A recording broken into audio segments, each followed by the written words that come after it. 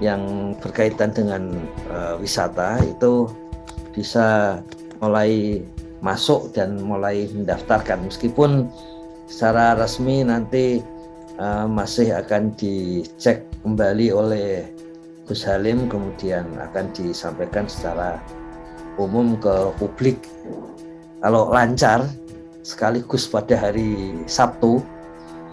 Tapi kalau masih ada hal yang menurut beliau perlu tambahan atau hal yang lain, ya nanti akan mundur mungkin hanya beberapa hari saja karena sudah final masuk ke aplikasi gitu. Kemudian untuk yang berbasis OS App Store itu nanti dalam proses ini, jadi meskipun dulu sudah pernah masuk, ternyata untuk yang sekarang sama seperti di Play Store juga demikian. Jadi itu, tapi nanti bisa dilihat masuk ke dalam dalam aplikasinya masing-masing. Kalau mendaftar berarti ke web Desa Wisata, tapi kalau memasukkan hasilnya kemudian nanti untuk share kepada publik supaya mendapatkan like, dan yang menang dalam lomba promosi desa wisata itu like-nya gitu, maka itu dilihat di saat ini Play Store, sebentar lagi ditambah App Store ya. Jadi khusus untuk wisata desa yang dikelola BUMDes atau kerjasama pihak ketiga dengan BUMDes. Jadi kalau loginnya pun adalah login sebagaimana loginnya BUMDes ya. Jadi ketika masuk ke dalam web BUMDes Kemendesa Go.id ya, ini login BUMDes di sini ya, untuk masing-masing BUMDes itu login itulah yang dipakai untuk masuk ke login desa wisata ini ya. Kemudian hasil dari isiannya itu akan keluar di dalam aplikasi Play Store. Ini kalau di saya ada tulisan beta, tapi kalau kita menggunakan HP sebetulnya enggak ini, jadi agak lebih lambat ini di yang kami coba di sini. Nah, jadi untuk technical meetingnya akan disesuaikan dengan setelah selesai oleh cek akhir oleh Gus Halim ya. Jadi nanti akan masuk ke dalamnya. Dan jangan lupa Gus Koto juga menyampaikan beberapa kali, ini sudah menjelang sewindu Undang-Undang Desa, saatnya refleksi yang agak total lah, supaya nanti bisa terbayang apa yang harus dilakukan kemudian. Jadi kami ingin melihat nih, kalau misalnya ada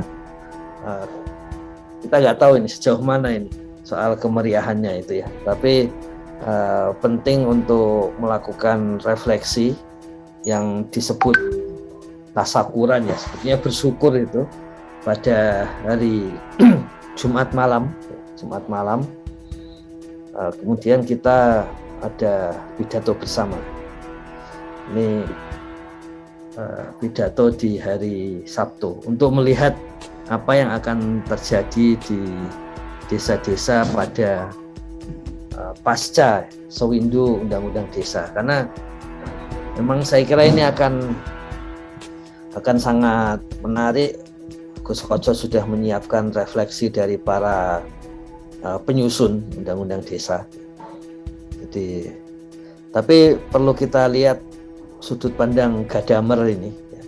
Jadi pertama kali menyampaikan Gadamernya itu bahwa kalau di masa sebelumnya, sebelum tahun 60-an ya, itu penulis itu adalah yang memiliki legitimasi tertinggi untuk menjelaskan tulisannya.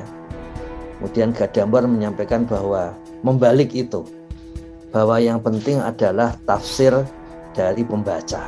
Jadi posisi, paling tidak posisi saya ya, kita semua gitu, itu adalah posisi sebagai pembaca. Jadi penting untuk kreatif menafsirkan, sehingga mungkin harapannya tidak sekedar agar sesuai dengan keinginan penulis, author ya, pengarang sebetulnya, bukan writer tapi author, yaitu pengarang, tapi bahkan melebihi ekspektasi author. Itu sebetulnya yang diharapkan oleh Gadamer.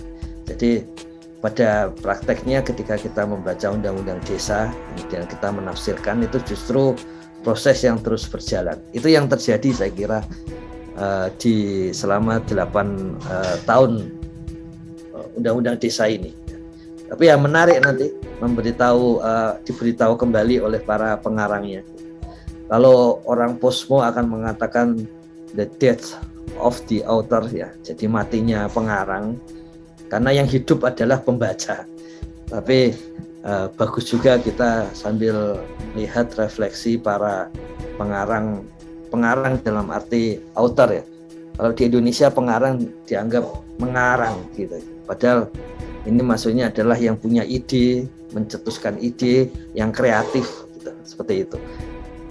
Kita nanti tunggu pada malam minggu kalau nggak salah itu nanti rencananya. Jadi setelah pidato dari Gus Halim di Sabtu pagi, itu menarik untuk kita sambil melihat perjalanan panjang. Ada satu hal yang penting, pasti di situ ada konstituen yang penting seperti kepala desa, kemudian perangkat desa, lembaga kemasyarakatan desa, kemudian BPD, kemudian mungkin supradesa juga, terutama pemerintah kabupaten. Tapi ada satu yang sebetulnya penting, tapi kemungkinan besar tidak akan disebut secara kuat, yaitu tenaga pendamping profesional, karena ada etika di dalam kementerian. Karena ini untuk publik, maka meskipun penting tidak akan muncul secara eksplisit ya. Sementara nanti dalam berbagai refleksi mungkin juga tidak akan muncul, meskipun akan punya peran penting di lapangannya, yang kemarin disampaikan Gus Koco. Juga yang menarik lagi adalah bagaimana nanti ke depan ya, saya kira ada perubahan yang sangat penting ini.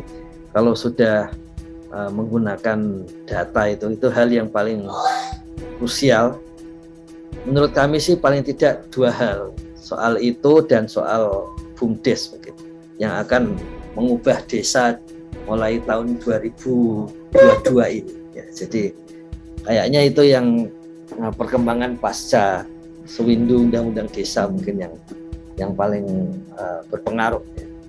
Nah itu yang ketiga, berarti ada 3 hal tadi tentang migrasi, yang 27 juta dari total 100 juta. Jadi masih ada waktu beberapa hari ini. Kalau mesinnya kuatnya 10 jutaan per hari, berarti masih ada waktu seminggu untuk menuntaskan gitu. Tapi kalau mesinnya ini sedang dicek terus sampai puncaknya berapa gitu, itu bisa lebih cepat lagi.